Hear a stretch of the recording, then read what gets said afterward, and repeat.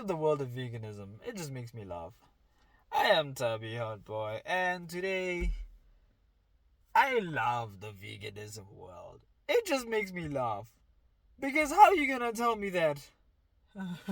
As a vegan, you can sit there with a straight face and say, listen, this chicken had a name before you killed it. Before you killed this chicken, it had visions. Before you turned it into a fried chicken box, it had dreams, it had goals. Of what? Becoming a president?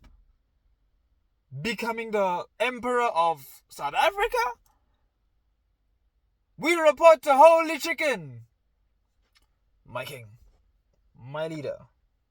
Oh, what do you need? Just water and food? Okay, we good. We got you. Like, how are you gonna just sit there and say, nah, this chicken had a vision. This chicken had world domination. So what are your words to say?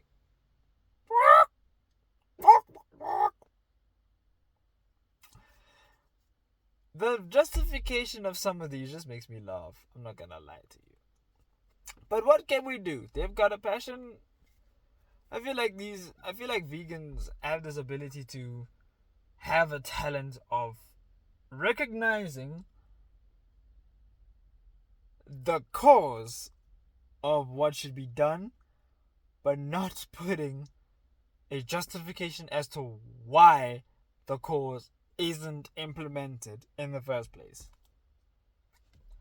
But Shaman, their world, I'm not a vegan, so I don't really, I'm not really one to judge or one to comment as to why they do what they do, but it makes sense to understand firstly why what happens.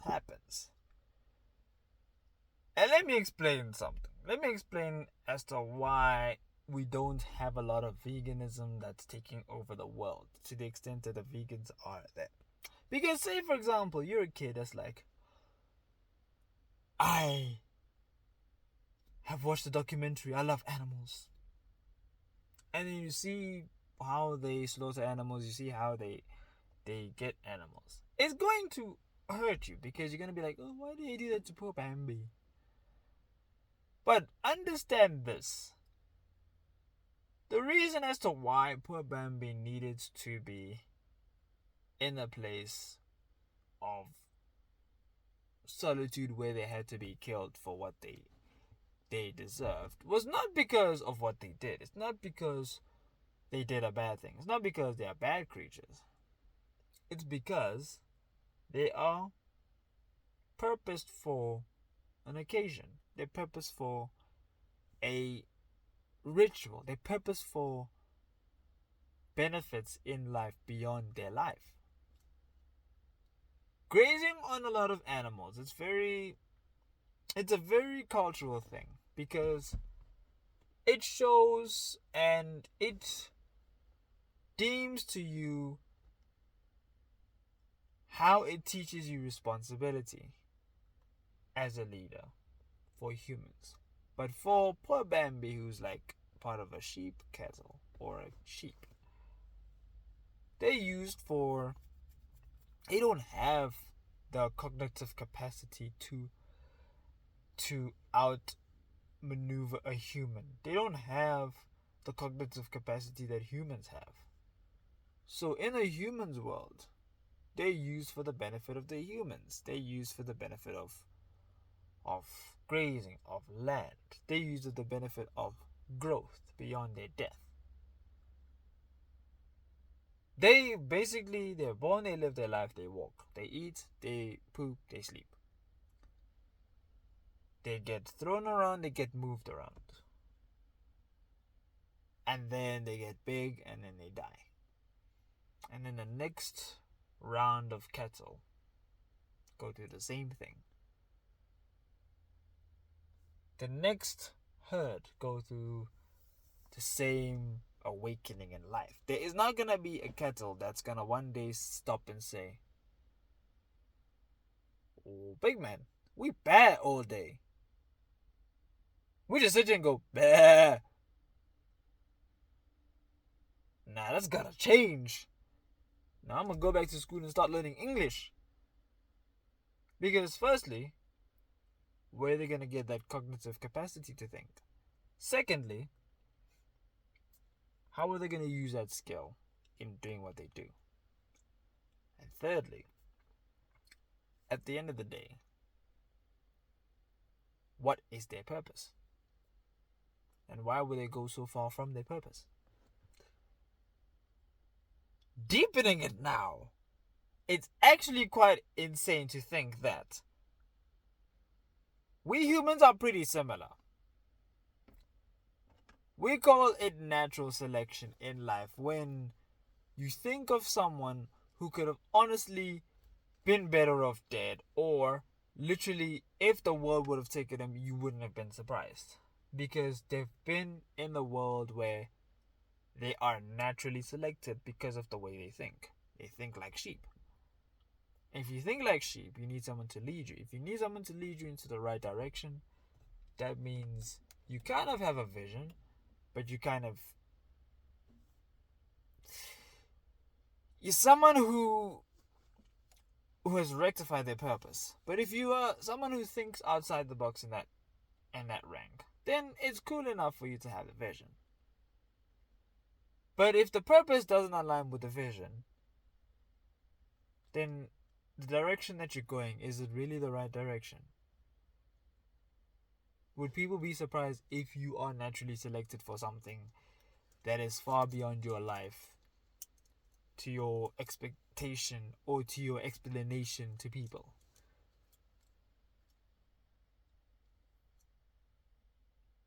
That's what vegans don't understand. They don't understand that there's a purpose.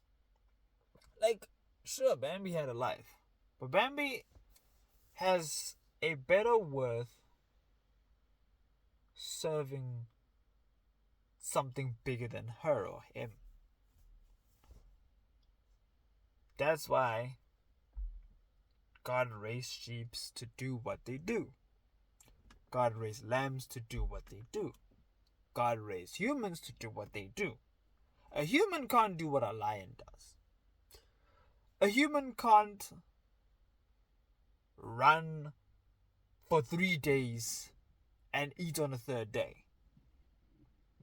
A human has got a much more smart thinking than that.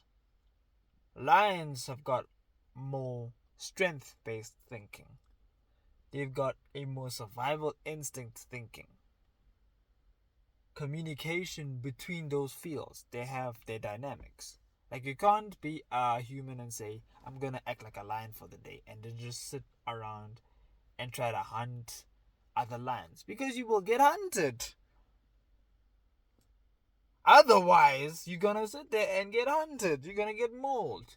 And at the end of the day, this goes back to the trans thing. You're going to look like what you want to look like. You're going to have surgery for what you're gonna want to look like. And unfortunately, in today's economy and today's world, especially in the Western world at that, it's easier to become what you want to pay yourself to become, because the resources are there. It's more accessible. But at the end of the day, when a biological forming of you comes in and it uncovers your decomposed body, your inner structure will be exactly what you were ordained to be. If you become a girl, you will die and you will still be considered a boy. If you want to become a cat, you can do as much surgery as you want, but you will still die and become a human.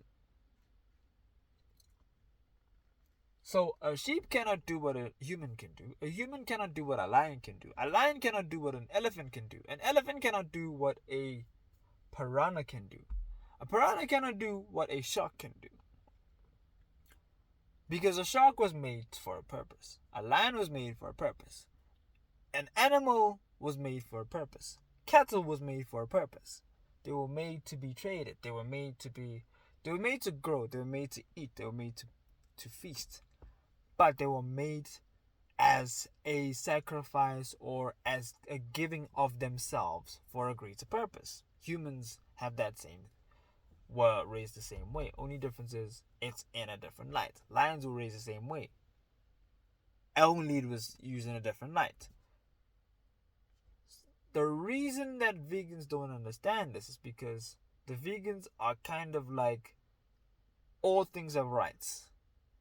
A baby has right to think. A baby's brain isn't developed enough to think, so how can a baby have a right to think? They absolutely do have the right, but they have to have the responsibility to know what their purpose is. A vegan is trying to mask that purpose away. And by advocating for animals' rights to just be an animal and say, Bambi! For an extended period longer than what it's supposed to be, it shows that a vegan is trying to prolong a purpose where the animal then becomes useless. Like, for example, let's take a sheep. A sheep is three things.